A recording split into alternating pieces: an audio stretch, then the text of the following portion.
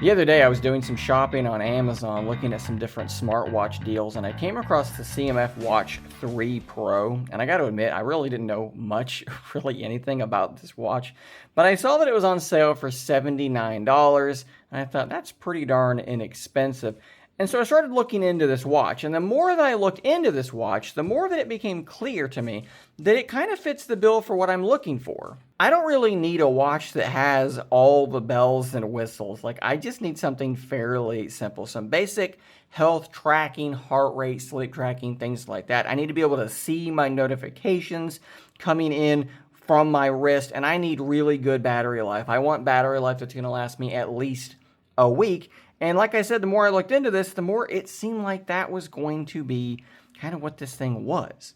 I would gladly trade access to thousands of different applications for much, much longer battery life. 1 day, 2 days, 3 days. That's just not what I want. I want to have more than that. So as you can see, I went ahead and I ordered this thing. And let me just tell you straight out of the box, I was fairly impressed with the appearance of this watch. I think that it actually looks pretty decent. I think that it looks a bit nicer maybe than I was expecting for it to look. I was worried that the CMF by nothing text down here was going to be like super noticeable, but it's really not. It only kind of is visible under certain lighting conditions. I think that the screen actually looks really, really good. And what I've really been impressed with is just sort of the quality of the operating system. Of course, this is a real-time operating system, which means it's going to be a lot lighter weight than something like Wear OS. And I'll just tell you guys, the animations, the performance, really, really nice and smooth, very snappy device. We'll zoom in here and I'll let you get a look at what the interface is like. It's pretty straightforward. A swipe down is going to show you your quick settings, and of course you can toggle a few things there, or you can jump into your settings. You can scroll with the little button up here at the top, and there's a nice little vibration each time you do sort of scroll past something, so that's good. If you swipe up, you're going to see your notifications. We're going to talk a bit more about the notifications here in just a little bit. And if you swipe right and left, you're just going to move between these different widgets, which you can also sort of program and rearrange through the application. It's very straightforward, but as you can see, I kind of want to point this out again.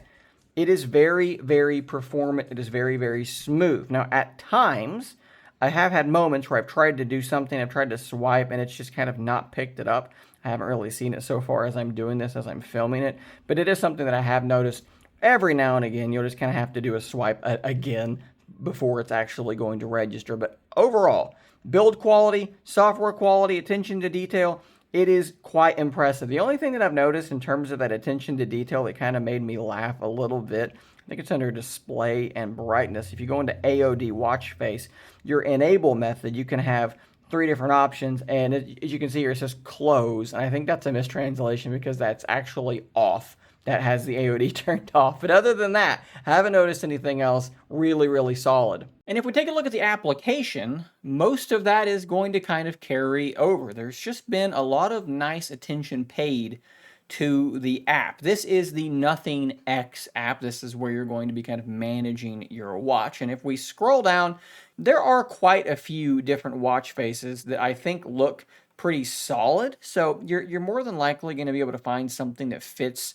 your aesthetic relatively well. If we scroll down, you can see a whole bunch of other options that I think are all really like straightforward and functional. Under common sports, you can go in here and long press and drag to adjust the order in which these sports are shown on your watch itself. So again, very, very basic and straightforward. Under health monitoring, you have several different options here. So 24/7 heart rate monitoring, you can turn that off or on. You can change the frequency. Maybe you want 5 minutes. Maybe you really think you only need 10 minutes. You can maybe save a little bit of battery that way, or go all the way up to every minute. Definitely going to impact your battery life by doing that, but you can 24/7 blood oxygen monitoring. You have stress monitoring. We'll look at all of kind of how this looks here in just a little bit.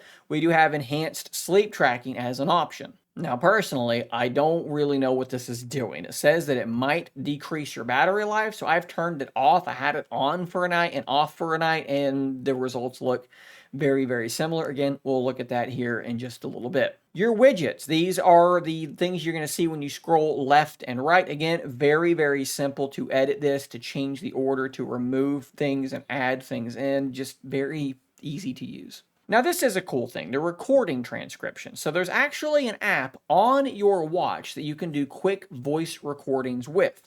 And then when you do that, it'll sync it over to your phone, and then it'll actually generate a transcript of what you said. So this could be a really nice way to quickly just kind of record an idea that you might have had in the moment. Don't even need to get your phone out. Just talk to your watch, and it'll be on your phone when you need it. And then, of course, you can jump into your device settings. There's nothing too crazy in here that you wouldn't expect to see. Workout detection is there, and it does work pretty well. When I'm going for a walk, I think it kind of lets me get maybe a quarter mile or so down the road before it pops up and asks if I want to track a walk, but that's about normal, and it does work pretty well. You can have the wake on wrist raise turned off or on, sync with system calendar. We're actually going to go ahead and turn that on as well. I should also mention this quick reply section. So when you get a text message, you don't have the ability to dictate or type out a reply. You're going to be choosing from these quick replies, at least as far as I can tell. So make sure you go in and add whatever you think you're going to need in there, because that's probably all you're going to have. Quick gestures is also pretty cool. So you have these two gestures, either rotating your wrist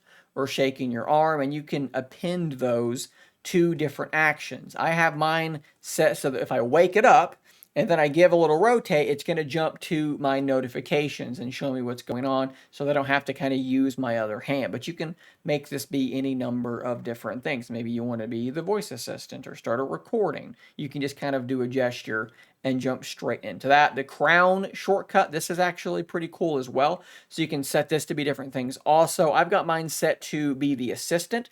So if I double click on the crown, and then I see this little microphone icon, if I tap on that, the little microphone icon, Google Assistant, or Gemini rather, is going to pop up. So it's kind of like a weird workaround for getting Google Gemini working on this watch. You can just sort of, as you can maybe see on the watch here, double click, there's the little screen, click on the microphone, and then Gemini is working. So it's not Gemini running on the watch, but it's just sort of triggering it on your phone, and that's, I think, functional at least. Of course, you do have music control. You have a little widget you can scroll over to and play, pause different tracks, whatever's playing on your phone, and then the weather update is there as well. Now, inside this same app, you can click on the health tab, and it's going to show you all of your health tracking stuff, everything that's kind of been going on. At the top, you have your today's activities. You can see that my goal, which you can adjust all of these goals, by the way, for all of this stuff. My kcals have been hit, exercise, I've gone way over, stand time, I'm getting close, steps, I'm probably not going to get to 10,000 today, but you can see where that is as well. You can see different exercises, like here's some recent exercises. Went for a walk today, so you can come down here and see what I've done. And if you click on one of these, you'll see some different bits of information: duration, distance, calories. There's actually a map that shows where you've been, because it's going to be using GPS. We're going to scroll past that so you don't see where I live. But then, of course, you do see other metrics there as well. You can just see them on screen. I'm not going to read all this off to you, but it's a pretty decent amount of data being recorded as you're going for a walk, or as you can see here, doing a little session of boxing, things like that. It's more than enough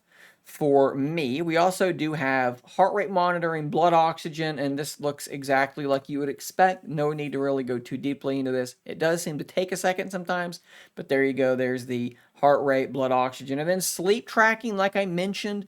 I can't really see a difference between this day with enhanced turned off and this day with enhanced turned on. I think they were both pretty accurate for me. That's basically what my experience was. So I'm just going to leave it turned off. I don't think I really need anything more than this. I will say that this feels more accurate than the Amazfit watches did, though. So the sleep tracking on those was just literally a waste of time. It was completely abysmal. It's not as granular as like a Pixel Watch or a Fitbit, but I think it's definitely better than some of the cheaper devices I've used, or some of the rings I've used. This seems a little better than that. You've got an activity score that you're trying to get up closer to 100. You have your training load just to kind of keep track of maybe you've been overdoing it or underdoing it. Again, all of this stuff is more than sufficient for me. And all the while, as you can see right now, we're sitting at 61% battery. We are basically right at the 3-day mark. So I am on pace with my current settings, with always on display turned off, enhanced sleep tracking turned off as well. I think I'm going to be right at a week. Now, they advertise this thing as being like 13-day battery life. That's not what I'm going to get. It's probably not what you're going to get. But a week is pretty darn good. So I can manage to charge this thing once a week. That's going to be absolutely fine. Now, one thing I should mention that is probably the biggest annoyance for me with this watch is the way that notifications are handled. If I get a notification on my phone, it obviously is going to sync to my watch. That's fine. The problem is it doesn't go the other way. So as you can see, I have a ton of notifications that are currently on my watch. I have already done something with these on my phone. I have interacted with them, I've dismissed them, but they don't clear off of my watch. And if I clear them off my watch, they don't get cleared off my phone. Things only go onto the watch, they never kind of go the other direction. Clearing notifications here does nothing to your phone. Clearing them on your phone does nothing here. So what happens to me a lot is I look at the notifications and I have a great big pile of things that I've already done something with. That is definitely a little bit frustrating. Sticking with negative things about the watch, because it can't all be positive, when I'm outside I tend to use a pair of prescription sunglasses that are polarized. And this is something, unfortunately, I've seen before, and I was really hoping I would not see it here. But something about this screen, the way that the polarization layer is layered, when I'm wearing my sunglasses and I try to use this smartwatch, believe it or not, the screen is on. You can see there. If I rotate it, hey, there's the screen. You can see it just fine. But if I rotate it back, it's completely gone. So what tends to happen is when I'm wearing this watch, I'm outside, I wake it up, and then I have to kind of do this thing to be able to see the screen. That is a bummer. And then the last thing I want to kind of look at here, and I'm going to see this in real time. I don't know how well this works. I'm going to try to move this watch from my Z Fold 7 to my Pixel 10 Pro Fold. I've installed the app on the Pixel 10 Pro Fold. I've got it completely set up, and you can see it's trying to connect. So what I'm wondering here is if I come over here to this phone, if I turn off Bluetooth, so now it's not connected to this phone anymore, will it then be able to connect to my Pixel 10 Pro Fold? And it absolutely did. That, and there you go. There's the battery. It is already connected. So that is a colossal, massive, massive, massive win for me. And let's just like really test this to make sure. Okay, we're now getting a pop-up to ask it to pair. I was wondering why it didn't even ask to pair. So that's that's an interesting thing. We have paired, allow access to messages we're going to allow. But I think that we're good. Let's try triggering the assistant. That'd be a good way to know, like, is it truly connected? And there it is. So guys, that was dead simple. So if you're like me and you switch phones a lot, that is really cool. All you're going to need to really do is turn on the new phone, turn off Bluetooth or turn off that phone, and you're going to be good to go. That is awesome. Where does that leave me, though, overall for the CMF Watch Pro 3? Overall, I think this is a really, really, really solid watch. In particular, if you're going to be getting it for less than $100, I think I'm going to continue wearing this thing because it really does everything that I need it to do. I can see my notifications, I can control my music, I can do a little bit of light health tracking. The battery is just not a concern. It lasts forever. If I need to do something with, Gemini Assistant on my phone, I can trigger that as well. There are some, minor downsides, like I've talked about, some notification management, the fact that my polarized sunglasses don't, work particularly well with this thing. I've actually got a very minor scratch at the top of the screen already, and that is a definite bummer as well. Maybe buy a screen protector for this thing to prevent that from potentially happening, because, maybe they didn't use like the strongest Gorilla Glass on the on the front, the face of this watch, but it is what it is. It's a $100 or maybe an $80 watch. But man, a lot of other things though. The fit and the finish, feel quite nice. It feels like a nicer watch than maybe you would expect. And a lot of the little things that some of the cheaper watches run into, things just overall software jank with the animations, things just looking stuttery or just kind of being weird the way that they're set up. That's not a thing here. Things like, on my Amazfit watches, the vibration motor you hear it more than you feel it, which is crazy. Those vibration motors are so loud.